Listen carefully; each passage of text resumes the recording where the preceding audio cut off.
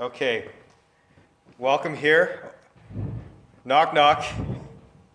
Who's there? I have no idea. All right, well, welcome here to Bible study. And I guess knock, knock, who's there is the people who are listening with us. Thank you for joining us. A special thank you to those in Lagos, Nigeria. And IO inviting you, so welcome here. Hope you're listening again. Pass the word around that we have Bible study. You can join us. So we're going to look at James 4 and 5 today. And let me open in prayer, and then we'll start. Lord, thank you for tonight. Thank you for your words that speak to our heart. Thank you for words of encouragement that give us light in a world that is lost and confused and dark, as you tell us. And thank you that we have hope in Christ. So, Lord, just guide our thoughts tonight and encourage us as we look at your word. Amen. So we're going to look at, like I said, James, and we're going to talk about money a bit tonight and future. And so I'm going to ask you a question first. What's something you would like to see happen in your life in the next, say, 5 years? If you could plan out your life exactly the way you wanted, what would be something that would happen in 5 years, within 5 years? It doesn't have to be a long sentence. It could just be debt-free. Be debt-free, okay. Al, what would you like to see happen in your life in 5 years? Maybe go fishing a little more. Go fishing a little more, okay. Yeah. That's good. Fishing's good. Edith? You'll be 50 by then? Travel? Okay, so where would you like to travel? Okay. Where would you like to travel? I would like to go to BC BC, okay. or Newfoundland or what's the other one? Labrador? Yes, Labrador. Yeah. Yeah, that'd be quite something. Yeah, that would be a nice little trip. Aya, what would you like to do within 5 years? What would be a dream or plan of yours? What's that? Have kids. Have kids? Oh, okay, sorry, we're recording this.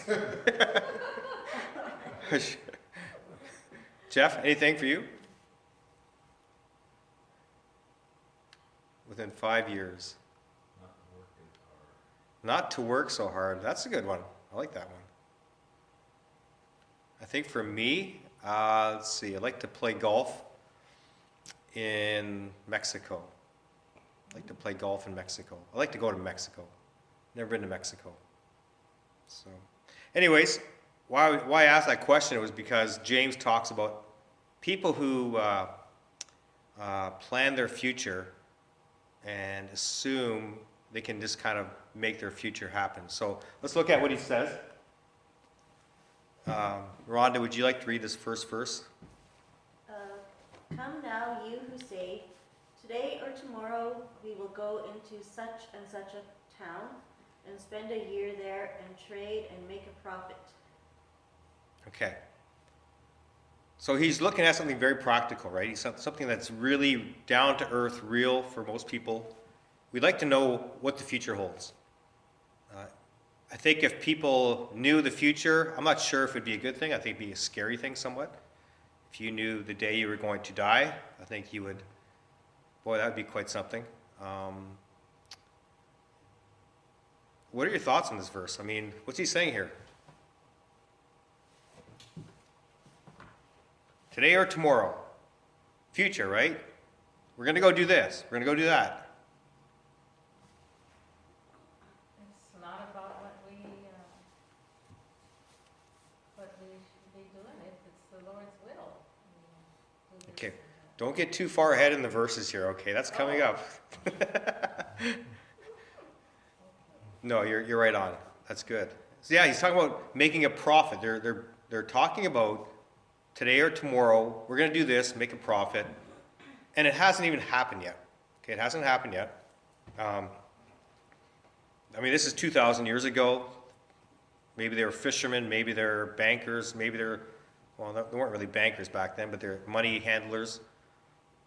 people who dealt with maybe land, buildings, whatever, still back then. So they were talking about, this is what's going to happen over the next couple of days. I'm going to make some money. So here is what he says. Alan, do you want to read this next verse? Yet you do not know what tomorrow will bring. What is your life? For you are a mist that appears for a little time and then vanishes. Okay. So what is your life? You don't know what's going to happen tomorrow. If we think back to, let's say, a year ago, November of 2019, even up to maybe New Year's Eve, when I remember us talking about 2020, and I did a sermon called Vision 2020, the year ahead. Now, no idea what 2020 would all involve. And no matter what you think about the whole COVID thing, I know there's different views of it, and that's fine, but it still has impacted the world like crazy. Whether it's right or wrong or how it's seen, it has changed things, and no one saw it coming. Maybe a few people knew about the virus way back, I don't know. Maybe some people somehow planned this if you're the conspiracies, but no one knew this was coming in 2020, a year ago. No one would have thought of masks at that point, or social distancing, or all these words we have now, right? It has become so much part of our culture now, or part of our language. You don't know what's going to happen tomorrow. Our friend Ron just found out tonight that his mom, who's in a care home, has COVID. A couple days ago, didn't know that. No, I hope she's going to be okay. We're going to pray for her at the end of this. Sister Edith, what happened? You want to share what happened with your sister-in-law? Yes, my sister-in-law, they tested and she was Asymptomatic, yeah. And then in a few days she had COVID and passed on Monday. She passed on Monday within a few days. Now, how old was she? 99. And how close was she to 100? 100, she would have been 100 tomorrow. Wow. So there's why this virus is dangerous, because of the seniors who it affects them very seriously. Things happen. Things you don't plan for happen. I was driving here before, I started hearing a little squealing in my wheel. I'm thinking, my brakes are starting to go. I wasn't planning for that. Now I have to probably look at getting brakes changed. We don't know what tomorrow's going to bring. We plan, we try to, insulate ourselves from everything bad, and we know something's going to come. And so that's what he's saying. You can't know what tomorrow will bring. And in terms of living, what is your life? How fragile is our lives? He compares it to what? A mist. Mist. I love mist. It's kind of cool, right? In the morning when it's sun shining. If you go play golf, early morning golf is amazing. You have that mist over the course. But what happens when the sun comes up? It's gone. It's gone. It doesn't last long. And he's saying your life is like that. I mean, we all understand that. We've all lost people in our lives, sometimes quickly. Like Edith's sister-in-law went so quickly. Now, she lived a long life, which we're happy for. But we have no idea. God knows the length of our lives. He knows what he has ordained for us, but we don't. And really, if you think about it, what's the average lifespan for a Canadian now? Maybe for a female, 80-something? 88? For a man, 84? What's it in Nigeria? 47. That's so sad. But he's comparing it to what? Why would he say it's a mist? Because if I think of 100 years old, I think that's a long time. That's twice my age, almost. But why would he call it a mist? Perspective. Perspective of what? I mean, Eternity. eternity. Yeah. Yeah, relative to eternity, yeah. Yeah. I mean, can you tell me what you think of when you think of living forever? How does that make you feel? Can you comprehend it? Kind of weird. Kind of weird. Like, think of the way you are now. Would you want to live the way you are now forever? No. No, I don't think so. God's promised He's going to make it different. It's going to be a home of righteousness. We're going to have different eternal bodies. So we can't really comprehend it. I can't imagine, I mean, no night, no day. It's just going to be always, light. And God will be the light. That's what it describes in Revelation. But yeah, I can't imagine forever. Because you always think there's going to be an end or after 1,000 years. But there will be no time in terms of, eternity. There won't be time. So he says, you are a mist that appears for a little time and then vanishes. How does that make you feel about your life? You're gone. But do you feel relevant in this world? You kind of don't. I bet you if we could go back, like to say 1645, I'm just picking any year. The year 1645, there was all kinds of people living their lives, doing things important to them, trying to make a living, doing all the stuff they do. A lot of people going to church, a lot of people worshiping, and none of them now are remembered. Very few. Maybe a few that wrote things or were presidents or whatever, but I guess there were no presidents back then. How many of you could name your great-grandparents? Great-grandparents, not grandparents. We know our grandparents. Some might know your great-grandparents. Okay, good. Yeah. Right? And how important were they to your parents? They were important. Like, they were their grandparents, right? So they knew them. And to your grandparents, those were their parents. But to us, who are they? If I met them, I wouldn't even recognize them. I wouldn't even know their names. So our lives are here for a while, he says, and then they're gone. And so this life is so temporary. And so what we do in this life, I mean, the things he's talking about, like going tomorrow or whatever, making a profit, as if that's so important. And it's not. It really means nothing. Because in a few years or a generation, it won't even matter. Even next year won't matter what you do right now. Very few things do. The relationships matter. How you treat people matters. But getting out of debt matters. It does matter. But once you're done, you don't think about it anymore. You kind of move on in life, and you're done. Okay, so Edith, why don't you read this verse because you did it so well before? Instead, you ought to say, if the Lord wills, we will live and do this or that. Okay. What does that tell you about your life in God?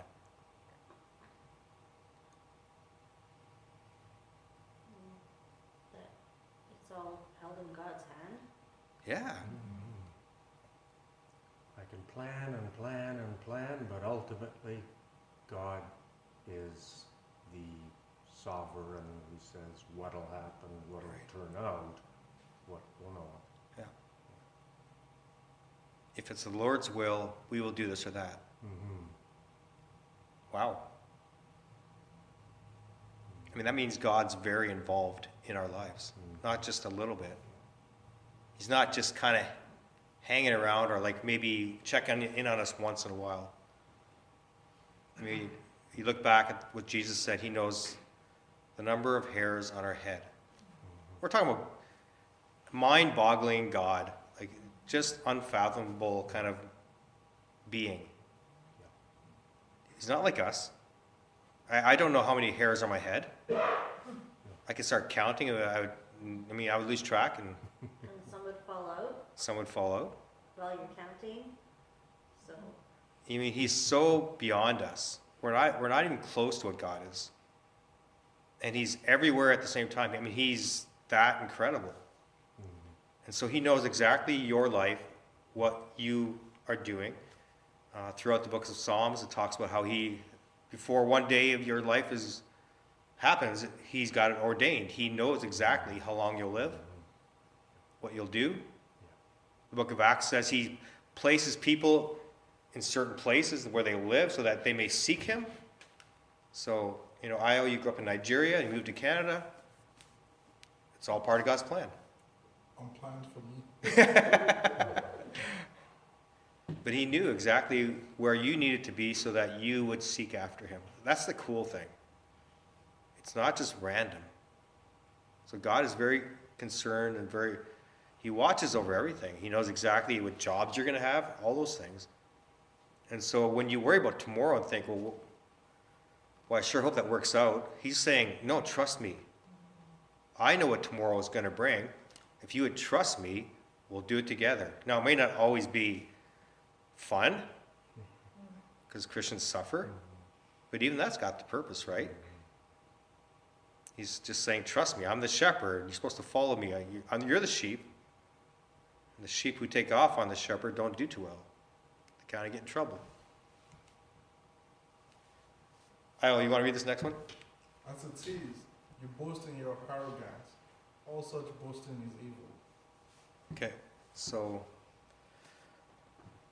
what do people hope for? Think of what the world kind of hopes for personally in terms of profiting. What are they hoping that will turn out well? Money, yeah. Material things.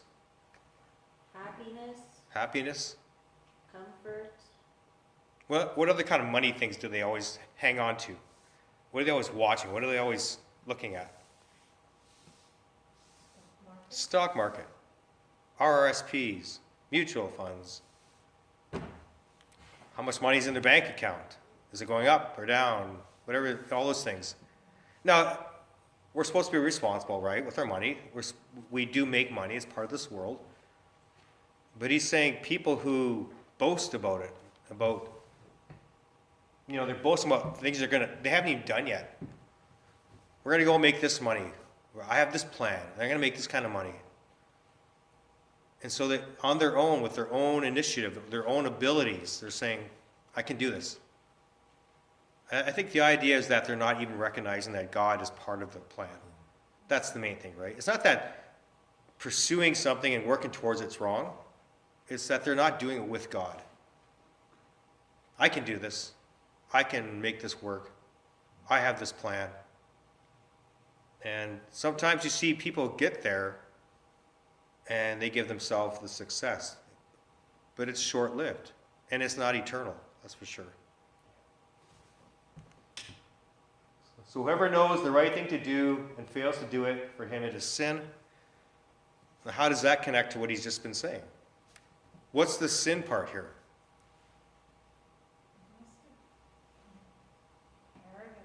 The arrogance is the sin. The arrogance of thinking you don't need God. You can plan your future. You can make it work. And that's where the sin comes in. The sin is saying that I don't need God. I won't recognize God. And James says, the very fact that you exist, you should say thank you, God, because you're really a mist. And mist can disappear pretty fast. Our life is very fragile, and God holds our lives in his hands. There's the parable, Jesus talks about the parable about the guy who builds barns. Remember, he gets all these crops, and he's got a really big harvest of crops. And rather than being generous and giving away to others, he says, I'm going to build bigger barns and store it all, and now I have a lot of stuff stored for many years, and now I'm going to take life easy and drink and eat and party and just, I'm good. I got my RSPs maxed out. I got everything. Nothing wrong with the fact that he had stuff. God blessed him with that, right, to have the crops. It's what he did with them. It's how he used them. It was for himself. And so, God wants us to see our lives as temporary, and what we get, how will we bless others and how will we live? Because you will die, and the stuff you worked for will be given to somebody else. And Ecclesiastes talks about that, right? You work hard all your life, And then you die, and then someone else gets what you worked for all your life, hard, hard, hard, and they probably blow it and mess up your business and all those things. So that's the purpose of life. Can't be just to be successful and to make money. Okay, let's just touch into chapter 5, and then we'll pray together. Just a couple of verses here, just to kind of get us out of here. Ron, I want to read this paragraph nice and loud. And Okay. Come now, you rich, weep and howl for the miseries that are coming upon you. Your riches have rotted, and your garments are moth-eaten. Your gold and silver have corroded, and their corrosion will be evidence against you, and will eat your flesh like fire. You have laid up treasure in the last days. all right, nice touchy-feely little paragraph, eh? Oh yeah, got the fuzzies. What's he saying here about, he's connecting to what we just talked about. What's he saying here? About your stuff. Yeah. It's just that Gonna disappear. It's going to disappear. he said it's not worth anything. It's not really worth anything. I mean, what does he say really we should do? What should be in our hearts really towards our riches? For those who are relying on the riches, that's who he's talking to, the arrogant who think their riches are going to get them through. What's he saying? What attitude should they really have? Hold it very loosely. Hold it very loosely, for sure. How about right there? Weep and howl. Yeah, for the misery that's coming to you. I don't know, can you guys howl? Oh! Oh. You know, I mean, weeping and howling, that's just like you're broken. He's saying, really, you're in a bad place. If you are relying on your money and you think this is going to get you through life, you think this is what does it, you're arrogant, you need to change your attitude. You need to, like, cry about your life. It's in a bad place, he's saying. This would not go well over in a money management seminar downtown Winnipeg. But this is God's perspective of earthly wealth, earthly things. Again, though things aren't bad, it's not that money is bad, because a lot of wealthy Christians do very well with their money. Obviously, these people are arrogant about their money and their plans, and they hoard the money, and they're trusting in their money. And he's saying, you need to have a change of heart, a change of attitude. It's not going to last. Like Jeff said, it's not going to last. I mean, think of that nice car you had back in the 1970s. Unless you kept it up and fixed it up all the time, it's in the dump now. Or it's sheet metal been redone or something. It's a Pepsi can. I mean, who has anything that's really old here? Who collects old things? Anybody collect anything old? Sometimes I do. Silver? Vintage books or things like that. Vintage books, yeah. And do they last forever? I don't know. You got to kind of keep them nice, right? You got to pack them up. Long enough. Things just don't last very long unless they're like rock, and then they kind of last. Stone. But it says these things will be evidence against you. That's kind of like your wealth.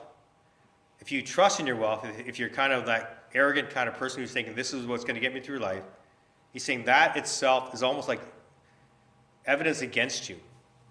It's almost like it's going to speak against you in a court of law.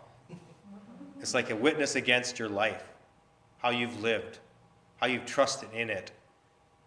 As it's getting corroded and it's disappearing, it's like it's saying to you, see, I told you it's not going to last.